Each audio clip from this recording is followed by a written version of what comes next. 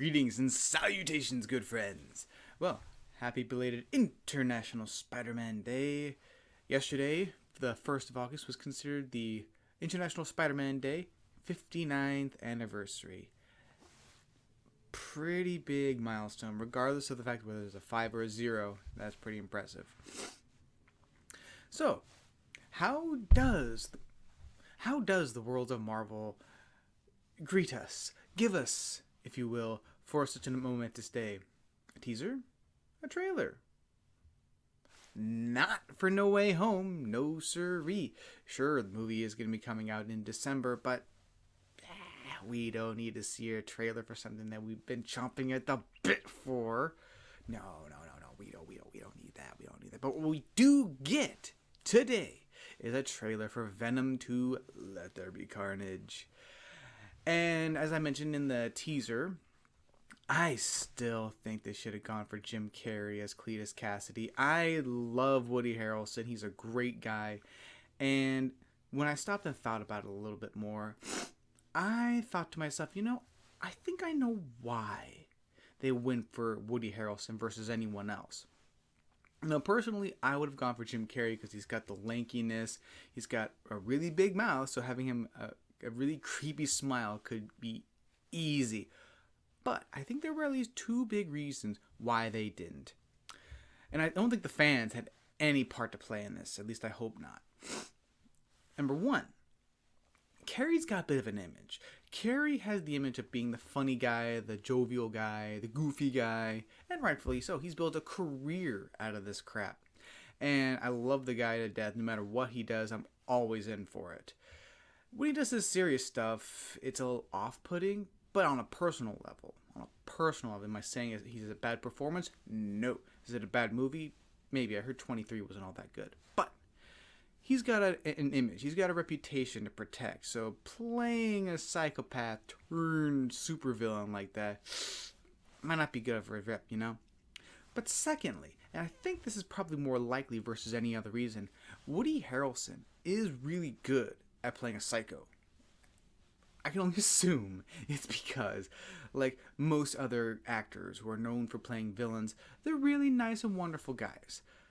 But when they get to dive into the psycho, go full evil, if you will, it allows them to bring up a part of themselves they don't often visit, so they get to just let it loose. But aside from that, he's really good at playing it because of Natural Born Killers and probably a few others that I don't know about because I don't know everything about Woody. So I think he was, and I don't mean this in a bad way, I think he was a safer bet. I think he was a safer choice to go for because when people see Woody Harrelson playing a psycho, regardless of the character, you just know it's going to be good and you know it's going to be a lot of fun. And I think that's what they were going for. So while my choices may be different from theirs, I'm very happy with the end result. No matter what this movie brings us, I can almost guarantee you Woody Harrelson will be awesome. Tom Hardy, of course, will be awesome too. Dude does not turn in a bad performance. I have yet to see him do that. Although I haven't seen too many of his roles, but from what I've heard, Capone, from what I heard, was a little iffy. But aside from that, though, he does good work. So between the two of them, it should be a good movie. The first one was fine. I thought it was okay. As many people have called it, it was a very 90s style movie. And I don't see that being a bad thing. That's just kind of, whether they were intending it or not, that is what they did. I thought it was fine. Thought it was good. The dynamic between Eddie Brock and the Venom symbiote was actually really fun. And the best part of the movie, it saved the movie, really. Because the rest of the movie was, But with all that out of the way, we got the new trailer out. Should be interesting. And I thought it was cool the way he looked in the teaser, Carnage. But we'll see. We'll see what he goes for in this actual one. As far as my own personal comic book history with it, here's what I do know. And I'm curious to see how this all plays out in this movie. Number one, so we got the symbiote, right? The main black symbiote, Venom.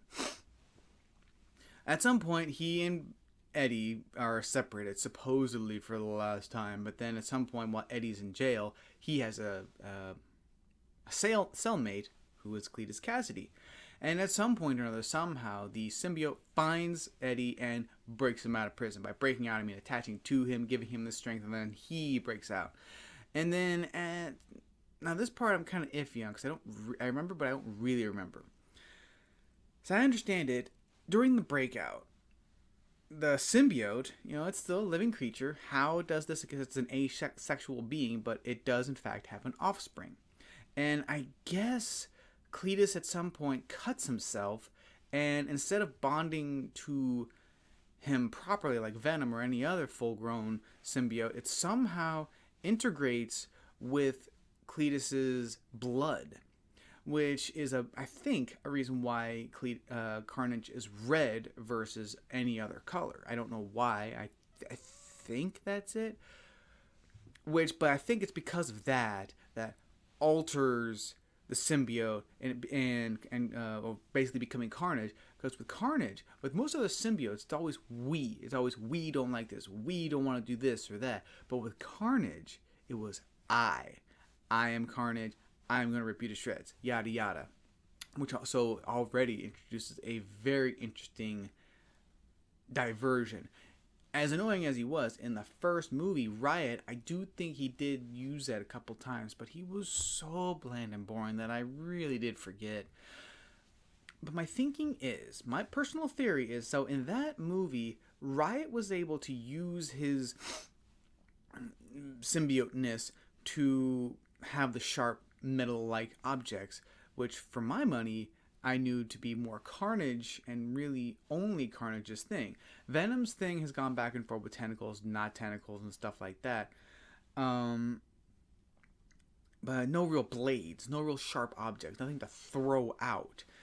So it'll be interesting to see how that plays into this, because that was always Carnage's big thing, why he was such a threat. Not only was he stronger than both Venom and Spider-Man together, like they had to team up a lot to fight him, but he could stretch himself in different ways. He could have his tentacles come out, just like Venom does in these movies, but they become sharp, like really, really sharp swords and knives, and, very T-1000-esque. So, and of course, stretching his body out, like I said, there's a lot of things that Venom couldn't do or can't do. The most I've ever seen Venom being able to do was outstretch his hands in a few very odd comic book shots that I never understood, even in the context of it, but I figured, whatever, comic books, right? He hasn't done it. He didn't do it in the last movie. I don't think he's going to do it in this movie, so we'll see, right? So, with all that said, let's see what they got.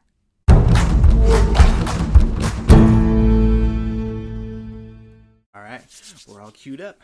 Let there be carnage, people. Let's do this. We should be out there snacking on bad guys. Yeah. Do it. Okay. I'm a predator. I need to be free. You have got to get control of your aggression, or you will get hauled off into Area 51. And that's You live in my body. You live by my rules. Oh. Sorry, I don't know what came over me. Please let me fix it so I can play it again. That makes sense. Didn't you say you were a loser too there, Venom? Last movie? Eddie Brock, I want to give you my story. People love serial killers. Oh, Woody. You're having fun, aren't you? What's mine is yours. And what's yours is mine. Oh. I have tasted blood before, and that is not it. Ah, okay. Okay.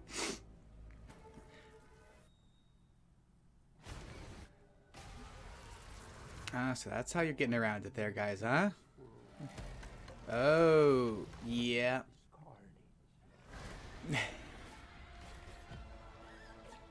Okay, he is scrawnier than Venom. That's good. Okay. Oh, that.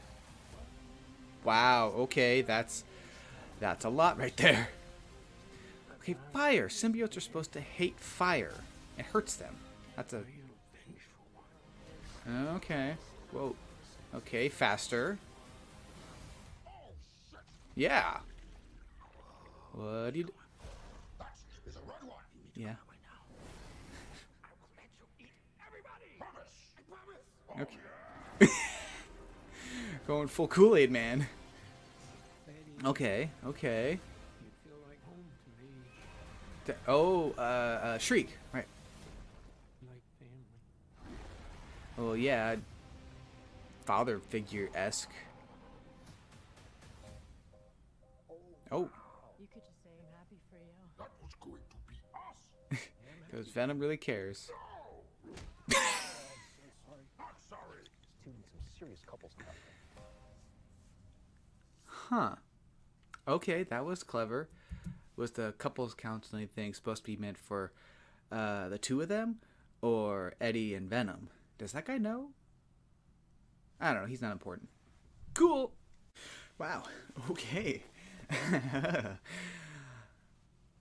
Okay. Well, I will definitely say that in many respects, I was expecting that. Carnage is a pretty messed up character. I mean, you give someone like a major psycho that kind of power, and yeah, they're gonna use it. They're gonna go nuts.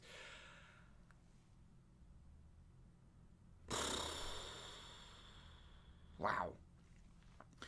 I don't know what this movie is going to be rated, but if this is PG-13, this is really gonna skirt that line, man. That's a wow.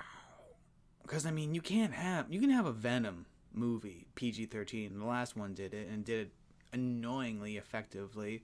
Like they easily could have been rated R and it would have been fine. I mean, if he was just a lethal protector and just like in a shadow ripped someone apart, that's one thing. But you actually saw him biting some heads off and stuff. So it was a little on the disappointing side that it wasn't R. And I'm not saying, all movies need to be R. I'm saying if you're going to go that route, you got to go all out with it, So with this one,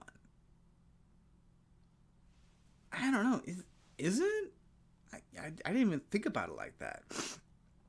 I mean, let's all be real here. Chances of this movie being R is rather slim. I mean, maybe right now it could be considered. I'm looking it up. It could be considered like a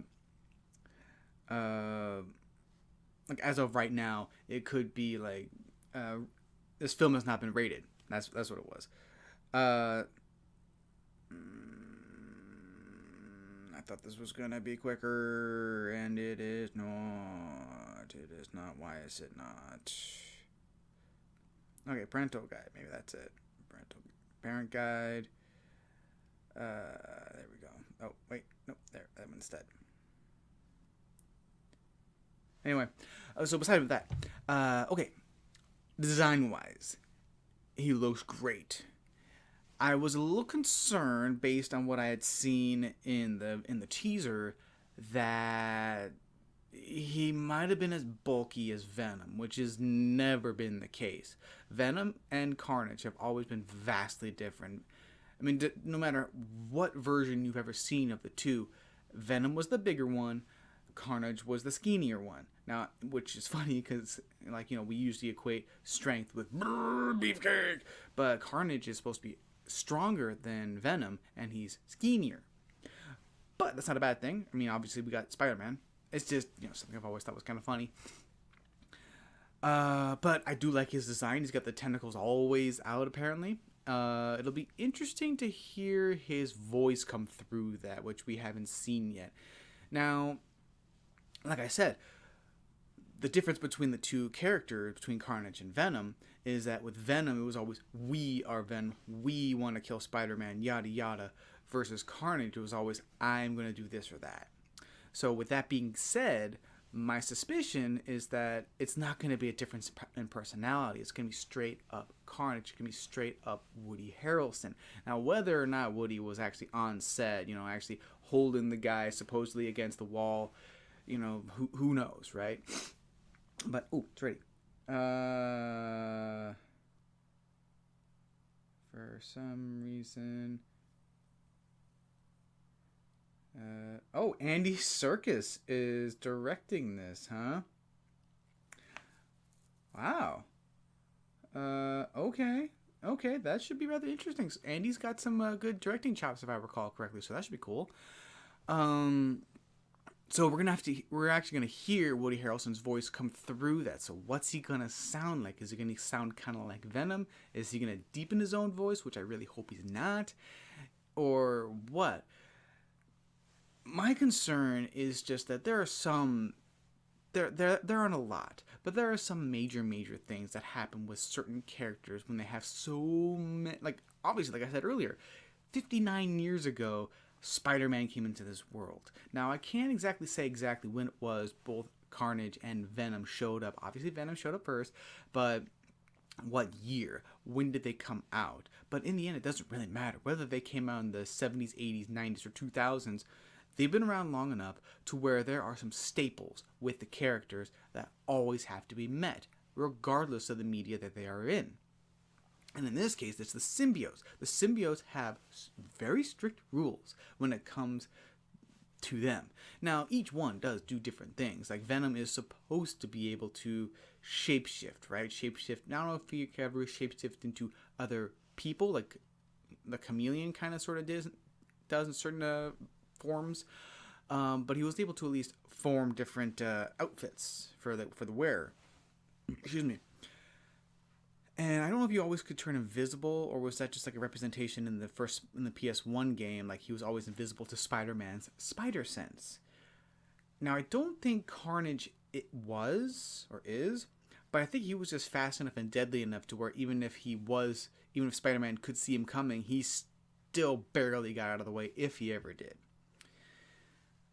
But the two basic rules when it comes to the symbiotes was their weaknesses. For one, fire, heat of any kind. These were the major things that they pressed many times was the only real way to kill a symbiote. I'm sure there are other ways, but as far as I know, there were only two. Only two. There was the fire, and then there was sound, sonic vibrations. Like that's how Spider-Man, Peter, got it off him in the first place. And this was actually a scene I thought was done very well in the Sam Raimi third movie, because it was like practically right off the comic book page. He's in the bell tower and he's struggling to get it off it, and then at some point he's banging on the bells because the sound is driving it nuts. Now, granted, in the comics, he finds this out by talking to Reed Richards of the Fantastic Four. Now, thankfully, that is not part of these universes, because each one of those Fantastic Four movies have just... they've been bad. Fan4stick is definitely the worst one, which is not a good sign. When you're the fourth attempt at one of these movies, you're the most recent one with the best effects and all this stuff, and you suck the most turd. That's not good. When the Roger Corman one is still considered the better one. Anyway, he finds out about a character who doesn't exist in either the Spider-Man movies or in the Venom movies, we call that now. So they just find that out later, or they're just completely disregarding it. So that'll be interesting, especially considering how in that trailer we see Shriek, who I know very little about her. I didn't know she had that ability there. But as far as I know, she's also a psycho, and now I know she has a crazy scream. Now, which makes Shriek make all the more sense. But with that kind of an attack, sounds like that's her way of repelling Carnage, or any symbiote, really. So how they're supposed to interact with each other, I'm not entirely sure. I'm curious. I'm eager to see it. But it'll be interesting. But either way, whether this movie has a terrible story, ridiculous dialogue, or anything like that, I can almost guarantee you that our big boys, Tom Hardy and Woody Harrelson, are going to be great. Their characters are going to be great because they themselves are really great. I have yet to see either one of them turn in a bad performance. And if they have, it was fleeting, it was short, and they moved on, and then they did something even better. So, with all that said, I'm looking forward to this movie. I'm looking forward to an eventual No Way Home trailer. But for getting this, I think it was actually pretty good to satiate us. Tomorrow is Tuesday. Sometimes new stuff comes out on Tuesdays, sometimes on Fridays, so hoping for that. I know I'm talking about another trailer during another trailer, I know, but that's what we're all hoping for. That's what we're waiting to see. Aside from all that, looking forward to it. Think it's going to be fun, and I'll catch you on the flip side.